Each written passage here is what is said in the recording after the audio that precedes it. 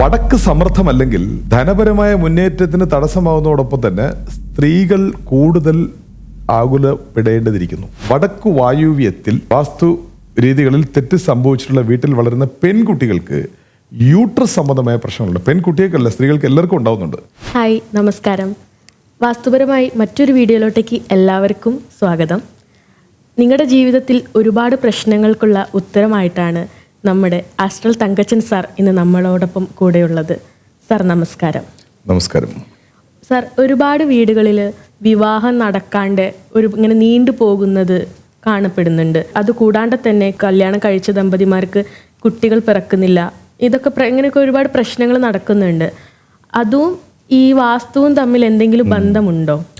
ഇപ്പോൾ നേരത്തെ വ്ലോഗുകളിൽ പറഞ്ഞു, അശ്വിനിക്ക് മുമ്പുള്ള ആൾക്കാരൊക്കെ ഈ ചോദ്യം ചോദിച്ചിട്ടുണ്ട്, വളരെ വിശദമായി പറഞ്ഞു. എന്നാലും പുതിയ പ്രേക്ഷകർക്ക് വേണ്ടി ഒന്നുകൂടെ പറയാം.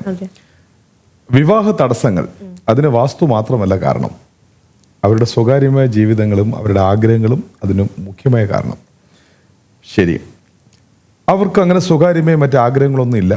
അച്ഛനമ്മമാർ പറയുന്ന ഒരു വധു അല്ലെങ്കിൽ വരൻ അവർക്ക് തിരഞ്ഞെടുക്കാൻ സന്നദ്ധമാണ്, എങ്കിലും അവർക്ക് വിവാഹം നടക്കുന്നില്ല. ഇങ്ങനെ വരുന്നൊരു കാലത്തിനെയാണ് നമ്മൾ വാസ്തുവുമായി കണക്ട് ചെയ്യേണ്ടത്. വിവാഹം നടക്കുന്നില്ല എന്നുള്ളതിന് ഒരുപാട് കാരണങ്ങളുണ്ട്. ഇപ്പം ഒരു ഇഷ്ടങ്ങളുണ്ടാവാം, മോട്ടിവേഷൻ ഉണ്ടാവാം. അപ്പോൾ ഇതൊക്കെ വിവാഹത്തിന് ഒരു ചെറിയ തടസ്സം ഉണ്ടാവും. ചില വലിയ പഠനങ്ങളിലോട്ട് പോകാൻ ചിലർ ആഗ്രഹിക്കും. ചിലർ കേട്ട് കഥകളെ വിശ്വസിച്ച് വിവാഹം വേണ്ടെന്ന് തീരുമാനിക്കും. ഇതിന് വാസ്തുവുമായി ബന്ധമില്ല, മനസ്സിലായില്ലേ? പക്ഷേ അവർ ന്യായമായി അധ്വാനിക്കുന്നു, വിവാഹത്തിന് അന്വേഷിക്കുന്നു, പക്ഷേ അവർക്ക് വധുവരന്മാരുടെ സാന്നിധ്യം കിട്ടുന്നില്ല എന്നുള്ളതിന് മറ്റൊരു വഴികളില്ലെങ്കിൽ പിന്നെയാണ് നമ്മൾ വാസ്തുവിലോട്ട് വരേണ്ടത്. കാരണം അന്ധമായി വിശ്വസിക്കുന്നതെല്ലാം അന്ധവിശ്വാസം. വിശ്വാസങ്ങളുമായിട്ട് നമുക്ക് മുന്നോട്ട് പോകാൻ പറ്റുള്ളൂ, അന്ധവിശ്വാസങ്ങളുമായിട്ട് മുന്നോട്ട് പോകാൻ പറ്റില്ല, ഭയങ്കര ബുദ്ധിമുട്ടാണ്. അപ്പോൾ ഇവിടെ നമ്മൾ വിവാഹവുമായി വാസ്തുവിനെ എങ്ങനെ ബന്ധിപ്പിക്കാം? അപ്പോൾ അവിടെ പുരുഷനാണോ വിവാഹ തടസ്സം, സ്ത്രീക്കാണോ വിവാഹ തടസ്സം? ഇതാണ് ആദ്യം എടുക്കേണ്ടത്.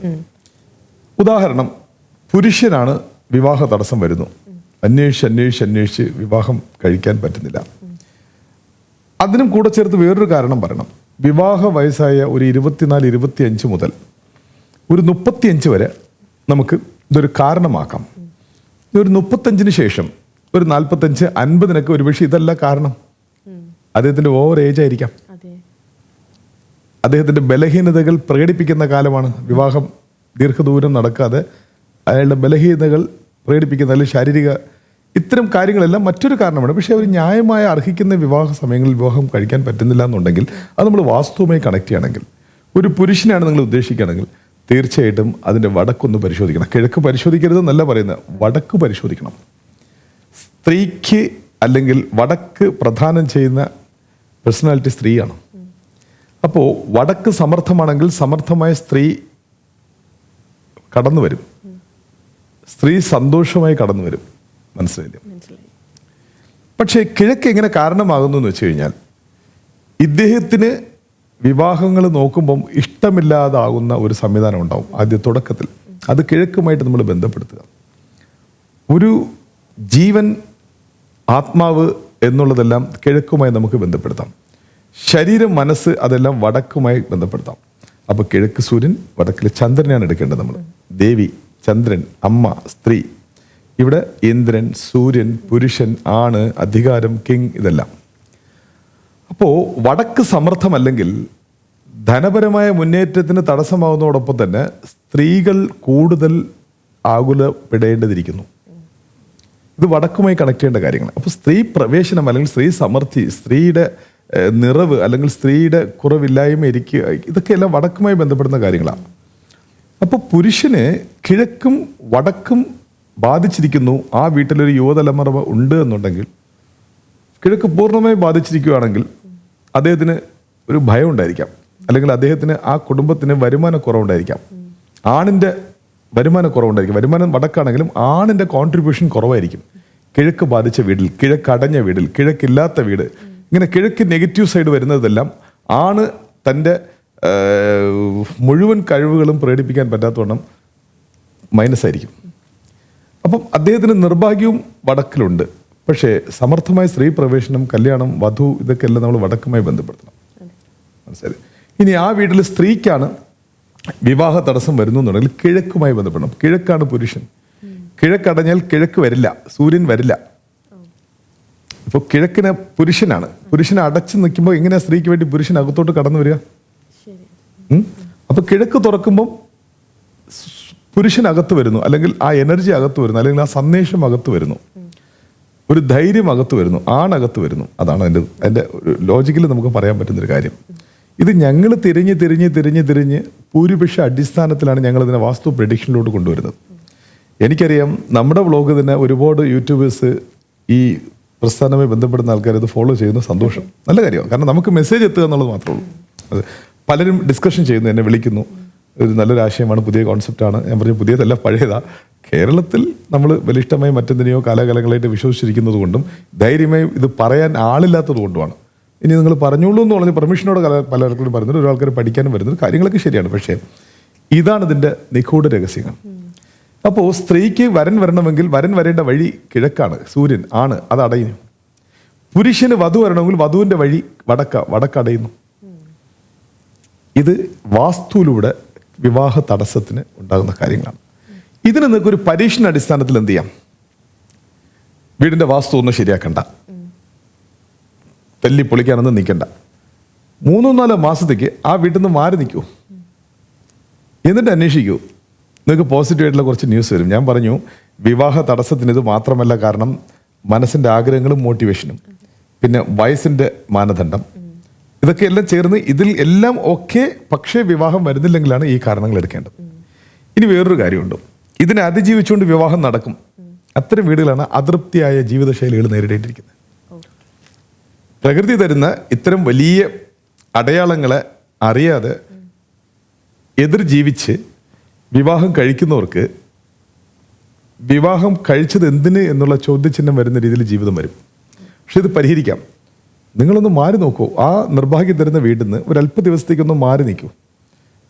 വടക്ക് കിഴക്കുകൾ കൊള്ളാമെന്നുള്ള വാസ്തുയോഗ്യമായ വീട്ടിലോട്ട് മാറുമ്പോൾ എവിടെയോ നിങ്ങളുടെ ഭാഗ്യം മറഞ്ഞിരുന്ന് പെട്ടെന്ന് തുരിതുരാ നിങ്ങളിൽ വന്ന് ചേരുന്നത് പോലെ തോന്നും. കാരണം കൂടുതൽ വീടുകൾ ഞാൻ ശ്രദ്ധിക്കുമ്പോൾ ക്യാരി ഫോർവേഡാണ്. അവരനുഭവിക്കേണ്ട ഭാഗ്യം അത് നശിച്ചു പോവാതെ മാറി നിൽക്കുന്നു.